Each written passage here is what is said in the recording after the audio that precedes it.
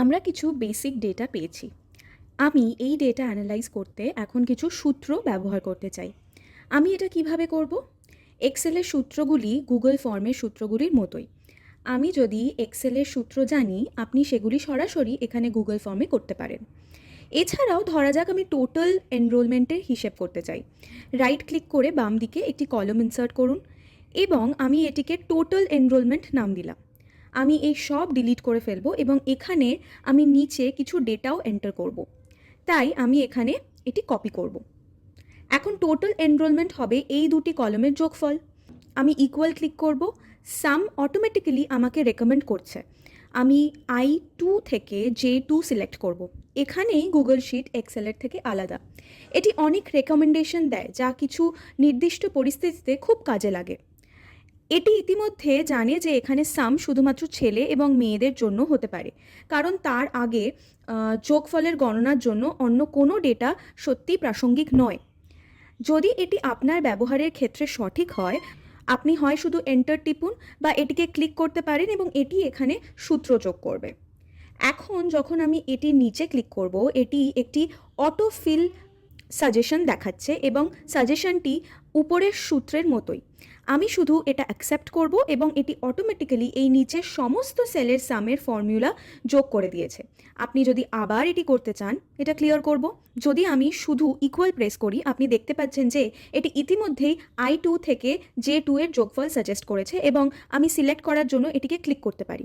তারপর যখন আমি পুরোটিতে ক্লিক করব, তখন এটি চেক বাটন ক্লিক করার সাজেশন দেবে। হয়ে গেল, এটি ইতিমধ্যে সরাসরি সাম ফর্মুলা যোগ করে দিয়েছে। আমি যদি এই পুরো কলমের যোগফল গণনা করতে চাই, আমি শুধু ইকুয়াল প্রেস করব এবং এটি নিজের থেকে K2 থেকে K10 এর যোগফল সাজেস্ট করবে। আমি সেটা সিলেক্ট করব অ্যান্ড ডান। এইভাবে যদি আমাকে এটি করতে হয়, আপনি দেখতে পাচ্ছেন আমি কত দ্রুত সমস্ত সূত্র এন্ট্রি করতে পারছি। বেসিক, যোগফল, অ্যাভারেজ এবং এই ধরনের সূত্রগুলি খুবই বেসিক এবং গুগল ফর্ম আপনাকে খুব দ্রুত সেগুলি সাজেস্ট করতে সক্ষম। এটি আপনাকে আপনার গুগল শিট ফাইলে খুব দ্রুত মুভ করতে সাহায্য করে। আরেকটি জায়গা যেখানে গুগল শিট এক্সেলের তুলনায় কিছু এক্সট্রা তথ্য প্রদান করে তা হলো আপনি যখন এক্সেলের কিছু সেল সিলেক্ট করবেন, আপনি নিচের সেলগুলির যোগফল মান দেখতে পারেন। এখানে আমরা টেক্সট এবং কিছু সংখ্যা উভয়ই সিলেক্ট করছি, তাই এটি আমাকে যা দেখাচ্ছে তা হলো সমস্ত সংখ্যার যোগফল। কিন্তু যদি আমি এটিতে ক্লিক করি, আমি দেখব যে অ্যাভারেজ দেখতে পাচ্ছি, মিনিমাম, ম্যাক্সিমাম এবং মোট সেলের সংখ্যা এবং কতগুলো সেলের সংখ্যা আছে তাও দেখতে পাচ্ছি। আপনি দেখুন আমরা 10টি ঘর সিলেক্ট করেছি এবং এটি কাউন্ট 10 দেখাচ্ছে, কিন্তু এর মধ্যে 8টির সংখ্যা রয়েছে এবং 2টি নেই। এটা কাউন্ট 8 দেখাচ্ছে, ম্যাক্সিমাম সংখ্যা হলো 38, মিনিমাম সংখ্যা হলো 24 এবং অ্যাভারেজ ইতিমধ্যেই গণনা করা হয়েছে। আমি এটা দেখতে পাচ্ছি।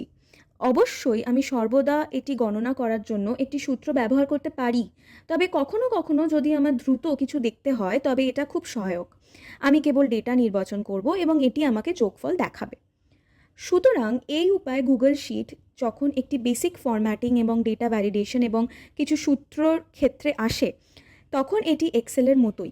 আরেকটি জিনিস যা একেবারেই এক্সেলের মতো তা হলো ডেটা ফিল্টার করা। আপনি উপরের রো সিলেক্ট করবেন, হেডারটি, তারপর আপনি মোর অপশনে যান এবং ক্রিয়েট আ ফিল্টার সিলেক্ট করুন। যখন আমি এটিতে ক্লিক করব, এটি আমাকে প্রতিটি ঘরের পাশে ফিল্টার মেনু দেখাবে। ধরা যাক আমি সমস্ত department of education school filter করতে চাই। আমি শুধু ম্যানেজমেন্টে যাব, তারপর সিলেক্ট করব স্কুল এডুকেশন, বাকিগুলো রিমুভ করব। খুব সহজ, একদম এক্সেলের মতো।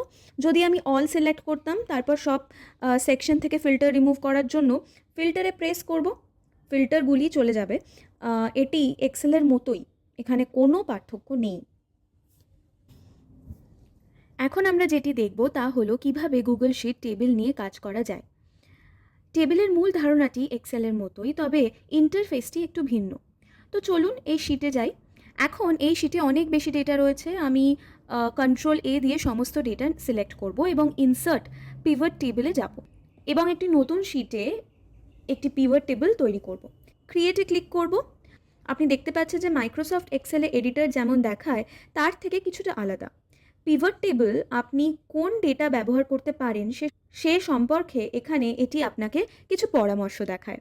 এটি আমাকে দেখাচ্ছে যে আমি প্রতিটি জেলা এবং ব্লকের জন্য টোটাল এনরোলমেন্ট অ্যান্ড টোটাল শিক্ষকের যোগফল দেখতে পারি। আমি যদি এটিতে ক্লিক করি তবে এটি অটোমেটিক্যালি আমার জন্য এটি করে দেবে। কিন্তু যদি আমি অন্য কিছু করতে চাই, আমি এটি ক্লিয়ার করব এবং এটি আমাকে এখানে সমস্ত কলাম দেখাচ্ছে।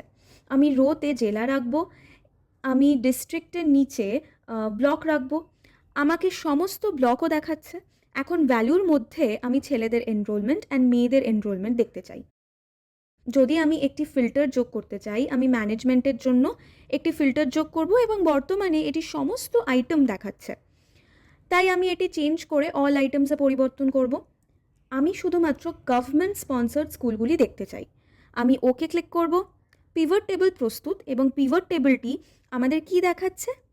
এটি আমাদের প্রতিটি জেলা এবং ব্লকের সমস্ত ডেটা দেখাচ্ছে। এটি আমাকে ছেলেদের এনরোলমেন্টের যোগফল এবং মেয়েদের এনরোলমেন্টের যোগফল দেখাচ্ছে, কিন্তু ডেটা শুধুমাত্র গভর্নমেন্ট স্পন্সর্ড ম্যানেজমেন্টের জন্য। আপনি দেখুন পিভট টেবিলের বেসিক ধারণা একই, এটার ইন্টারফেসটা একটু ভিন্ন। আপনি যদি আরও একটি পিভট টেবিল তৈরি করতে চান, আমাকে আরেকবার এটি ক্লিয়ার করতে হবে। এখন আমি কেবল ম্যানেজমেন্ট দ্বারা ডেটা দেখতে চাই, তাই আমি রো হিসেবে ম্যানেজমেন্ট এবং কলাম হিসেবে হাইয়েস্ট ক্লাস রাখবো। এখন প্রতিটি ম্যানেজমেন্টের জন্য আমার কাছে সর্বোচ্চ শ্রেণী আছে 10, 12, 4, 5 এবং 8। এখন আমি মোট শিক্ষক দেখতে চাই। আমি এখানে মোট শিক্ষক ভ্যালু হিসেবে রাখবো এবং আপনি দেখুন, যদি আমি এটি বন্ধ করতে চাই, আমি দেখতে পাচ্ছি যে ডিপার্টমেন্ট অফ এডুকেশনের জন্য এই পিভট টেবিলটি মোট 462 জন শিক্ষক দেখাচ্ছে, যেখানে হাইয়েস্ট ক্লাস 10 এবং মাদ্রাসা রেকগনাইজড স্কুলে মোট শিক্ষক 461, যেখানে সর্বোচ্চ ক্লাস হচ্ছে 8। পিভট টেবিলগুলি একইভাবে কাজ করে এবং আপনি যদি কখনও একটি টেবিল পরিবর্তন করতে চান, আপনি এখানে এডিট বাটন প্রেস করবেন। এই মেনুটি প্রদর্শিত হবে এবং আপনি সর্বদা এটি এডিট করতে পারবেন। এটি এক্সেলের মতোই সামান্য ভিন্ন ইন্টারফেসের সাথে। এখন এটির সাথে আমরা গুগল শিটের মূল বিষয়গুলি কভার করে নিলাম। এটি মাইক্রোসফট এক্সেলের মতোই কাজ করে। ফরম্যাটিং একই, ফিল্টারিং একই এবং সূত্রগুলোও এক। আপনার কাছে মাইক্রোসফট এক্সেলে থাকা সমস্ত একই সূত্র এখানে উপলব্ধ রয়েছে। উদাহরণস্বরূপ আপনি কাউন্ট সূত্র, ইফ সূত্র এবং ভি লুকআপ বা এইচ লুকআপ ব্যবহার করতে পারেন।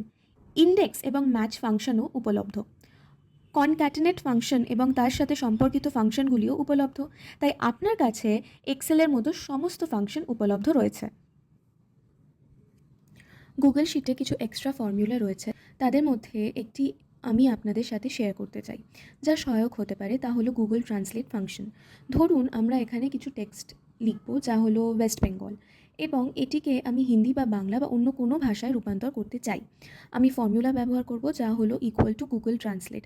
আমি সিলেক্ট করব এই টেক্সট, আমার সোর্স ল্যাঙ্গুয়েজ হবে ইংলিশ, তাই ইএন, আর আমার টার্গেট ল্যাঙ্গুয়েজ হলো হিন্দি। ফর্মুলা এন্টার করলাম আর আপনি দেখতে পাচ্ছেন এটি অটোমেটিক্যালি ওয়েস্ট বেঙ্গল হিন্দিতে অনুবাদ করেছে। আপনি যদি এটি বাংলায় করতে চান, আগে আমি এগুলোর হেডিং দিই ইংরেজি, হিন্দি, বাংলা।